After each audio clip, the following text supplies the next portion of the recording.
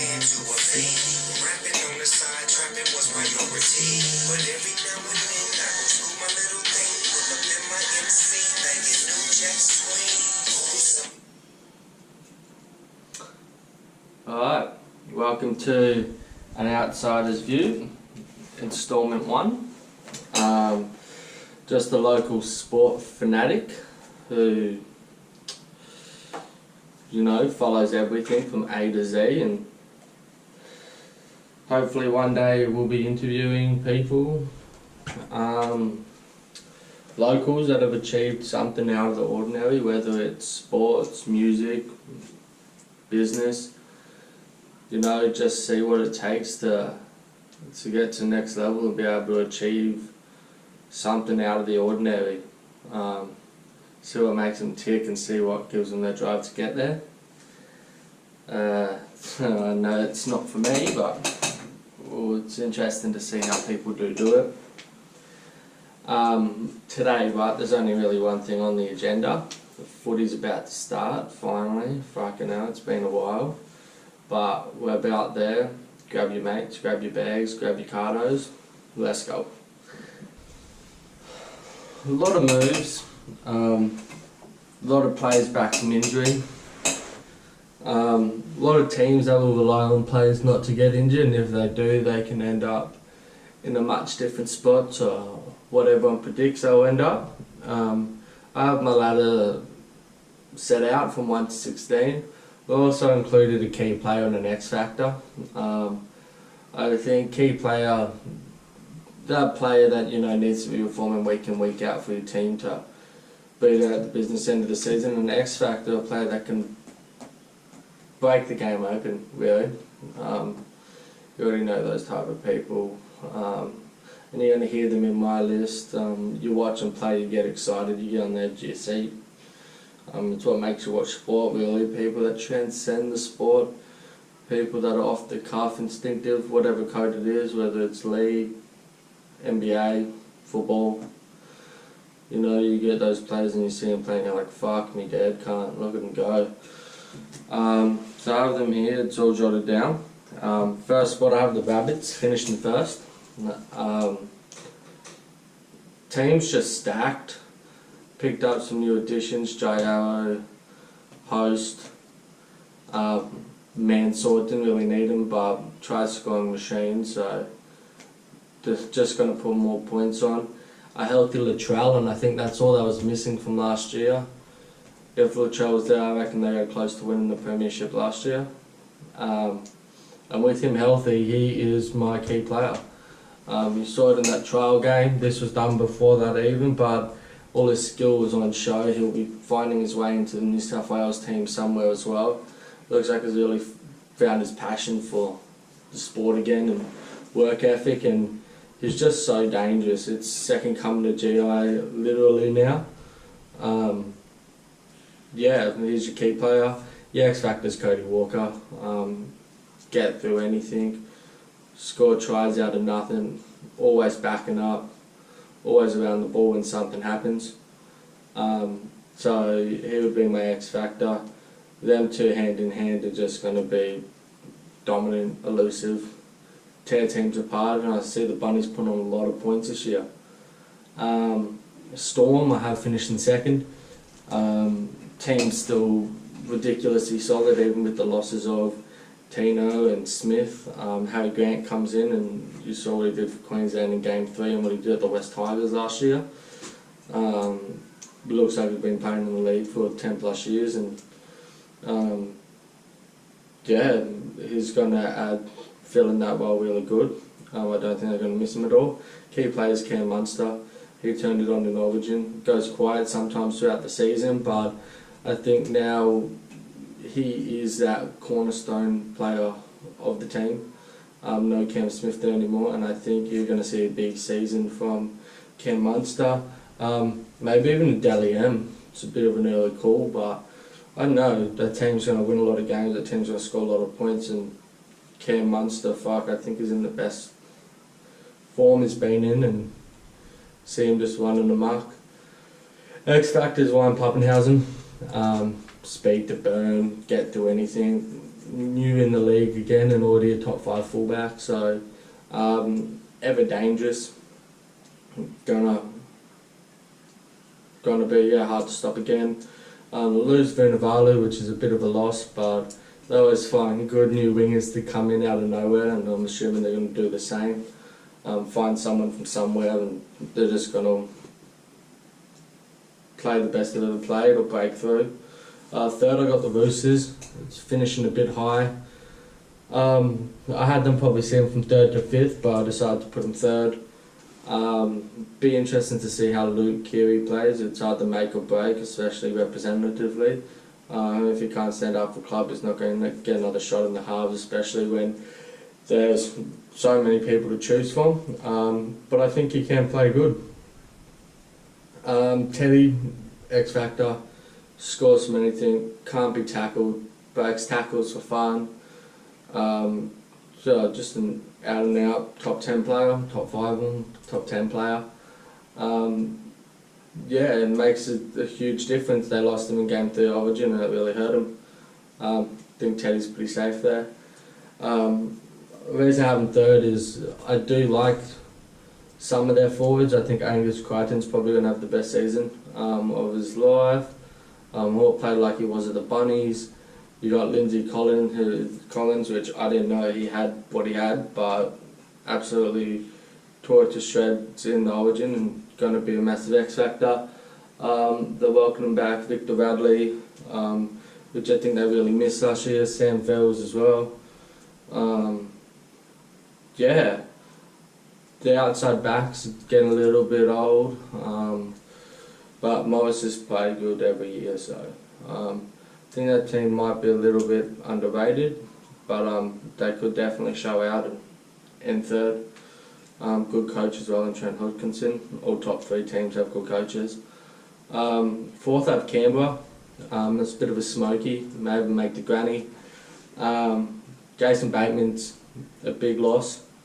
I do believe they have another English fella that's come in who plays in the forwards, and then they have a couple of other ones in their forward pack as well. There's going to be a big loss.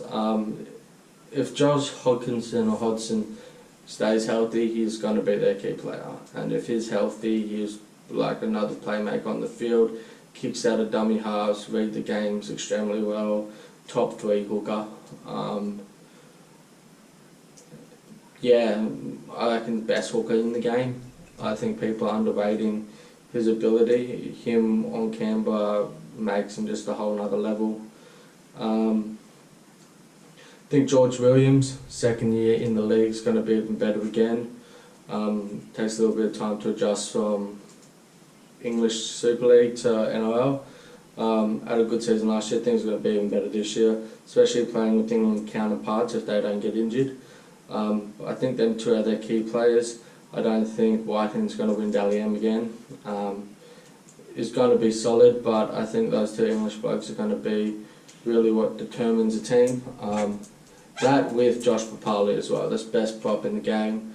Found new life going sort of last few years at the Raiders. He had a stint in Origin and fell away for a while and then came back, and now he's pretty much first on everyone's team sheet.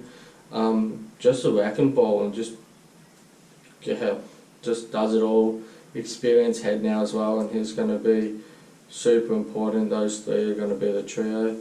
Number 5 we've got Panthers. Solid from 1 to 17.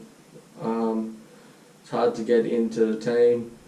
Trying to figure out a centre position yet. I don't really know what way to go. They're playing Instalment with Paul Movorosky, Brenton Aiden as well. They obviously saw Tyrone May and the centres did not work, so it's not going to go back there. I reckon Jerome Luai is going to be their key player and is just going to have a better season again. Feel more comfortable in the league. And again, elusive, can make something happen out of nowhere. And really, he's a good player to be next to Cleary. Good player to be next to Cleary. Cleary's really structured, so Jerome Luai creates more of that threat. For the X factor, even with the key player, it was tricky, I guess, tossing them up. I really like James Fisher-Harris. He's going to make meters for him, and if they're making meters down the field, then they're going to be able to score points because they're going to get that opportunity, and they know how to score points. I've gone with Kickout though. Kickout made a few mistakes in the final series last year, but I don't know if people have fully figured out how to defend him. He can catch bombs, he can break tackles, and he's a big unit. He reminds me a bit of Nelson Salamona, can't really say his last name, but took the league a while to figure out how to take him down. I think Kickout's the same. If he can fix those errors and have a little bit more composure, I think he's going to be super hard to stop. But obviously that forward pack and second row and everything's dynamite for the Panthers. You got Isaiah Yeo, Kurt Capewell really showed out in the Origin season. Kickout, James Fisher-Harris, and I know I'm missing some as well. Apicos has a really good hooker as well, probably top 5 or 6. So they're a very strong team. But I just don't think they're going to end as high as what they did last year. It's a big call. I don't think they're going to win a premiership in the next 4 or 5 years either. I think last year was their chance and it just came unravelled a little bit. Number 6, I've got the Titans finishing there. It's a little bit high, but I don't know. Bit of an X factor. I still have a little bit of hope that, or thoughts that they may pick up Cam Smith for the back half of the season. I saw something a little while ago that said they had the salary cap space to pay him for half of what he would have wanted for the whole year. He lives on the Gold Coast. I can't imagine that he's fully just walked away from the game, even though that's what reports are saying. And man, if anyone could twist the time, it's probably Mel Meninga. They have a very good relationship. Titans coach is a really good coach as well, so it wouldn't surprise me if they did pick up a hooker. That's probably what they're lacking and they're missing. Mitch Rand's getting a bit old, and they really don't have anyone else to fill that spot. I don't know if they have anyone coming through for that position. AJ Brimson is my key player. I loved him in Origin. I love what he did in the back half of the season for the Titans. When he came back from back injury, he's what made the difference. That's what made them end 9th. Without him, they would have been bottom dwellers. So he's definitely my key player. If he's on, he's like another half again. So knows how to read the game, knows where to be, knows how to set something up. Good passing, good running game. So that's where I'm going for key player. The X factors are Tino and Fafita. They come as a package. 2 new signings. And they're just dynamite. They're hard to tackle. Tino's gone to another level after the Origin season. Was super solid with Melbourne, but I didn't know he had what he had in him until, I guess, Origin, and he really lit it up. And Fafita, them 2 healthy, so hard to tackle, have a pass to their game, have a step to the game, and they're quick for big men, so they're going to be really hard to contain. So I got the Titans finishing 6th. 7th, I've got the Warriors. Again, a new addition from last year. Yeah, I think they're a little bit underrated. Brownie's a good coach. Got a decent roster. RTS's final season. Hopefully they'll have Kevin Marlowe and David Futsasua the whole season, and they hardly had them last year. And they're probably 2 of the best meter eaters out of defence. They just make meters for fun. I think one of them 2 could even be top try scorer as well. They're paying in the 50s for that, so have a little nibble on that. You'll probably pay dividends. RTS key player as always, Captain Courageous, does what he needs to do. Ridiculously good defensively and elusive as always attackingly, or in attack. X Factor is at a Fanua Blake. Picked up from Manly, gun prop. I think he'll enjoy being in that team more as well. Yeah, I think he's just going to thrive. You've seen he's had talent, but it hasn't necessarily come to the front in a consistent basis. I think this year's the year that he does it. and I think they're going to be strong. I think they plugged up different positions they needed to plug up as well. Yeah, they had nice signings.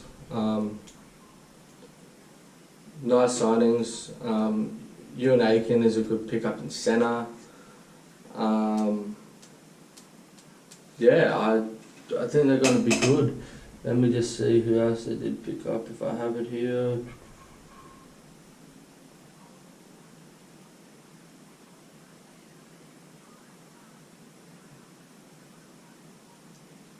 I don't have it written down right now, but I can't think off the top of my head, but they did make some good signings.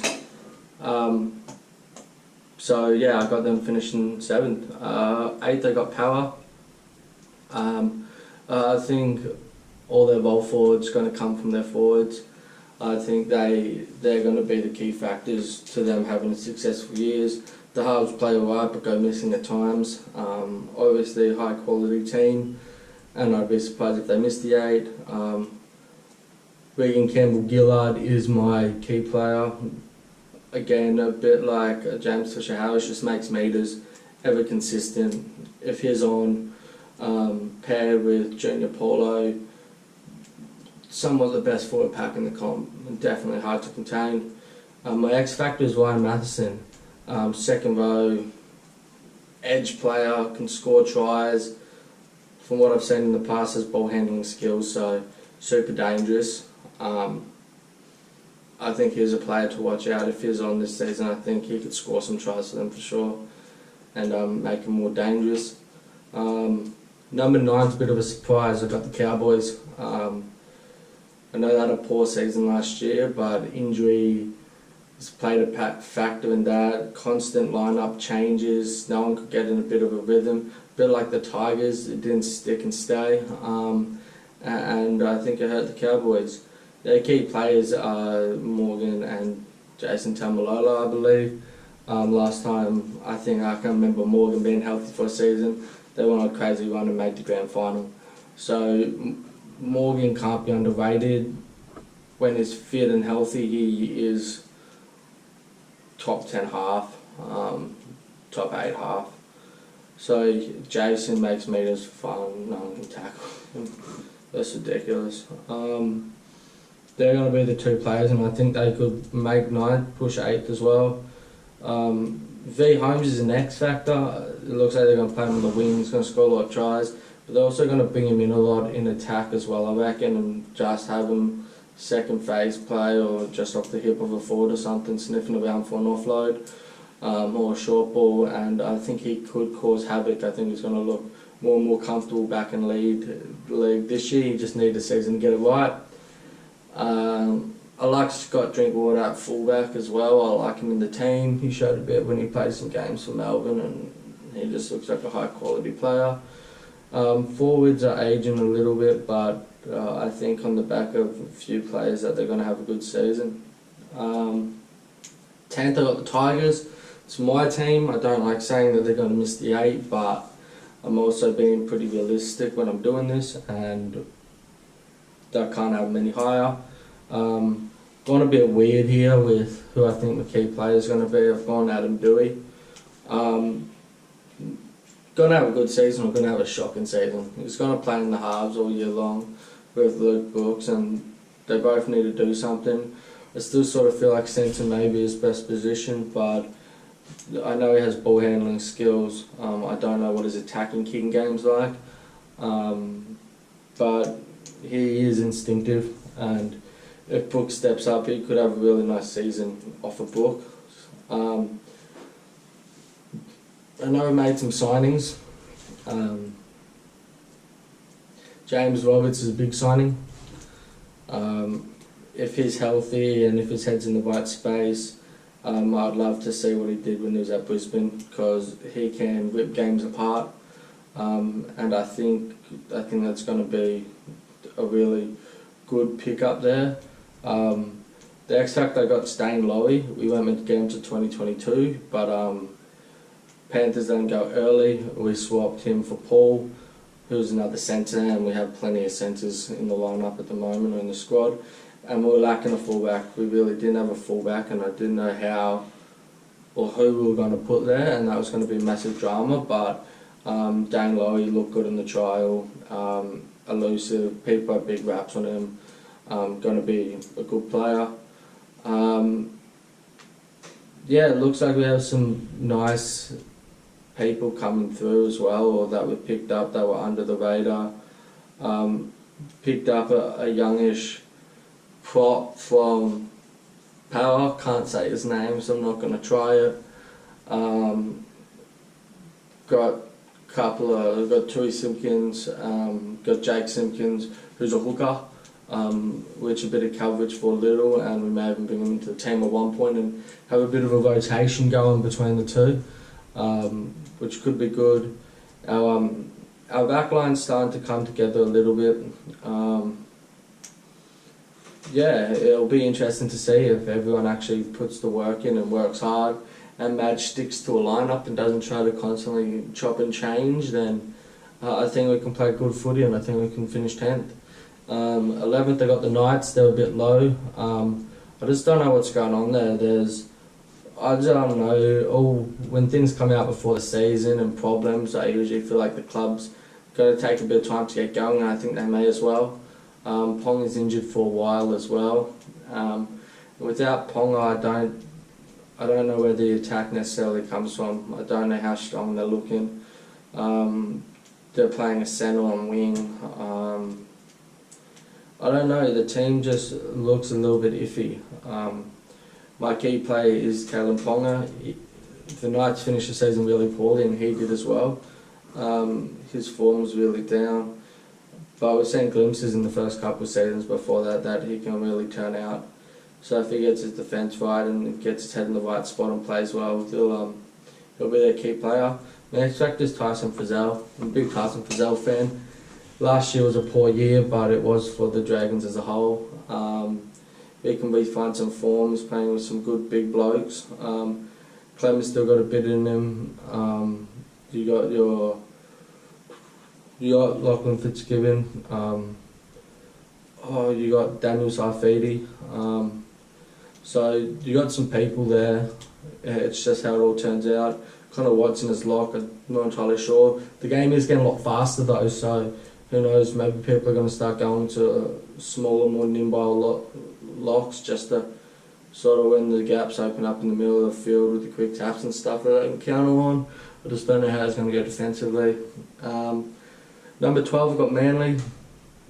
I think that purely depends on Tom. Tom can get back and be healthy, then I think they're going to play good footy. They might even end higher than 12, but he's had a couple of sort of back-to-back injuries now. I hope he comes back good. He's an insanely talented player, but it just depends how that's going to go. I like that they're playing Dylan Walker at fullback. That was another team that I thought had a real query over who they could have played at fullback. They had a lot of no one to really fill it really. And I rate Dylan Walker. He's elusive. He's dangerous.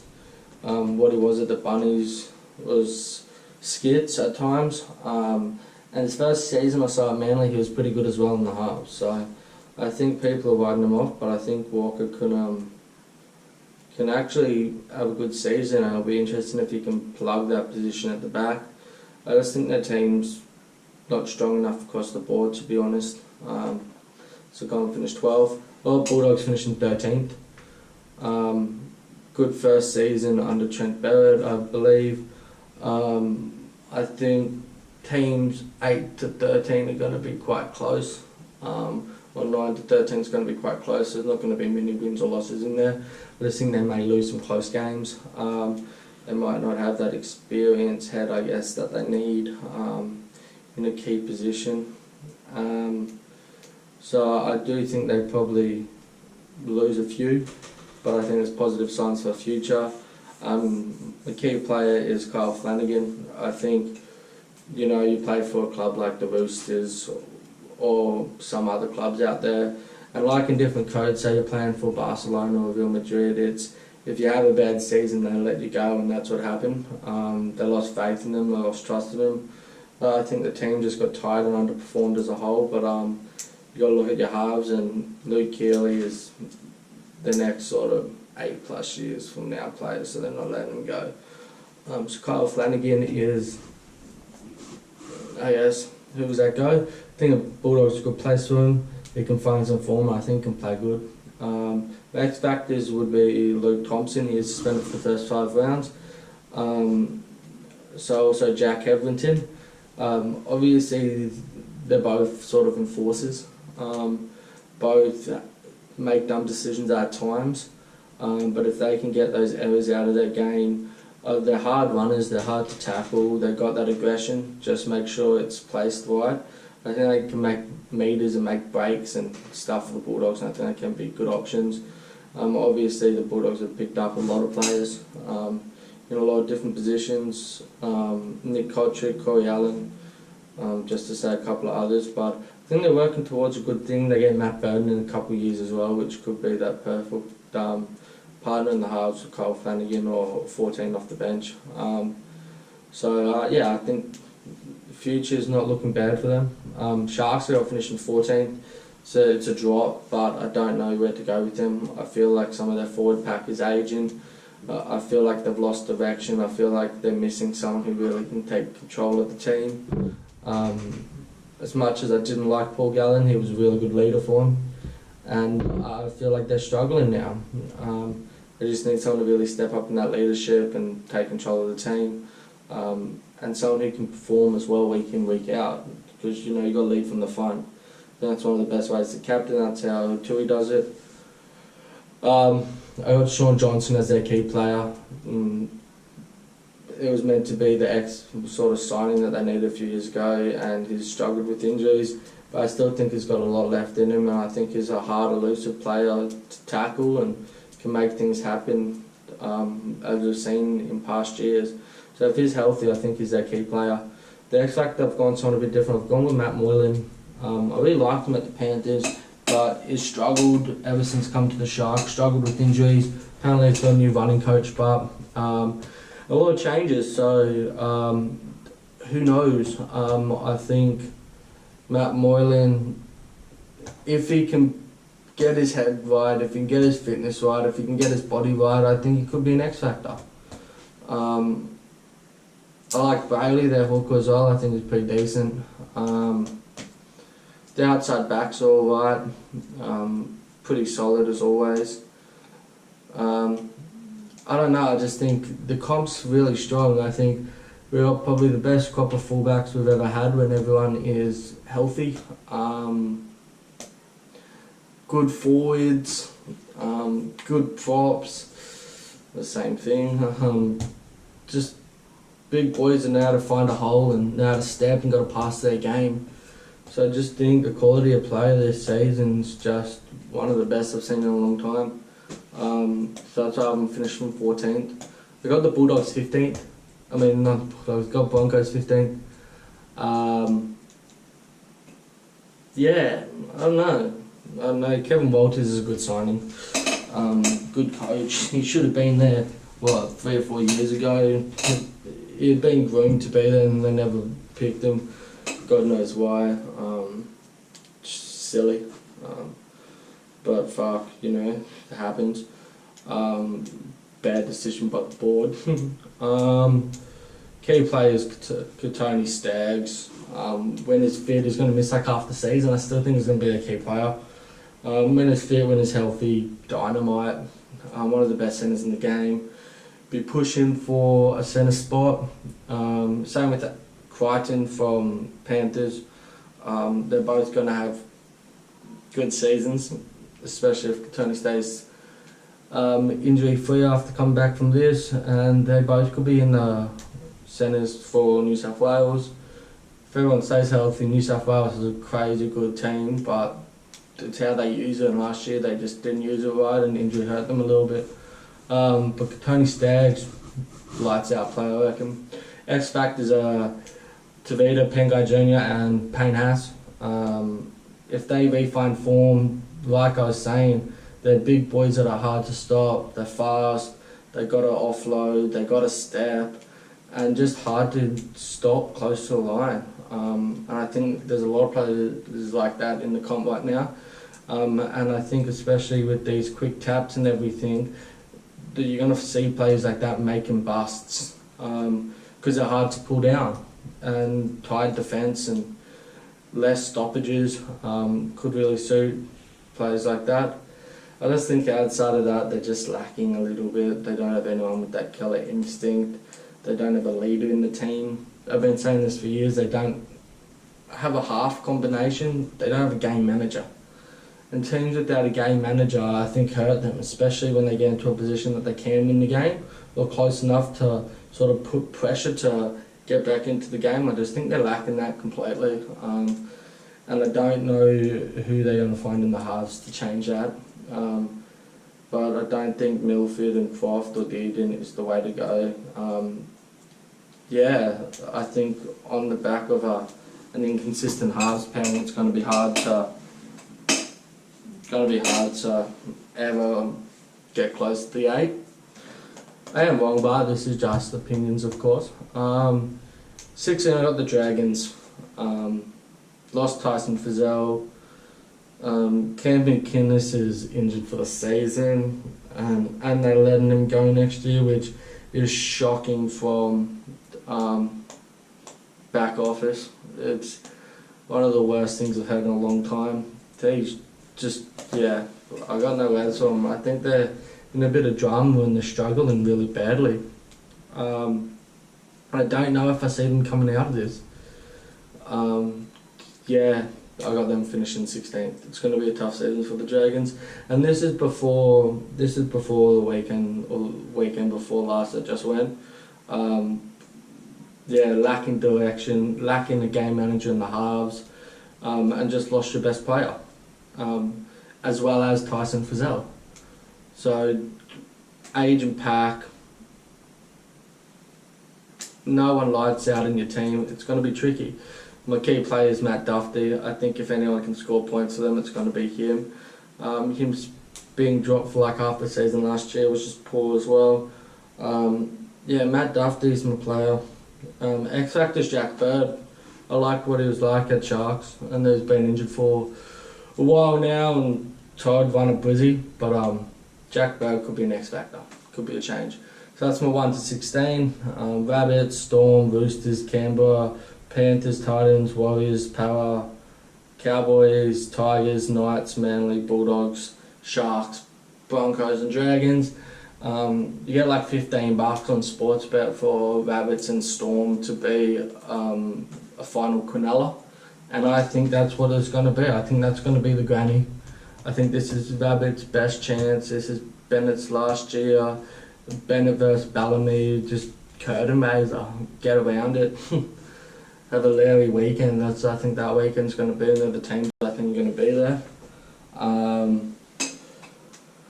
Fuck, this podcast or this sort of chat today is purely going to be footy by how long it's already gone for.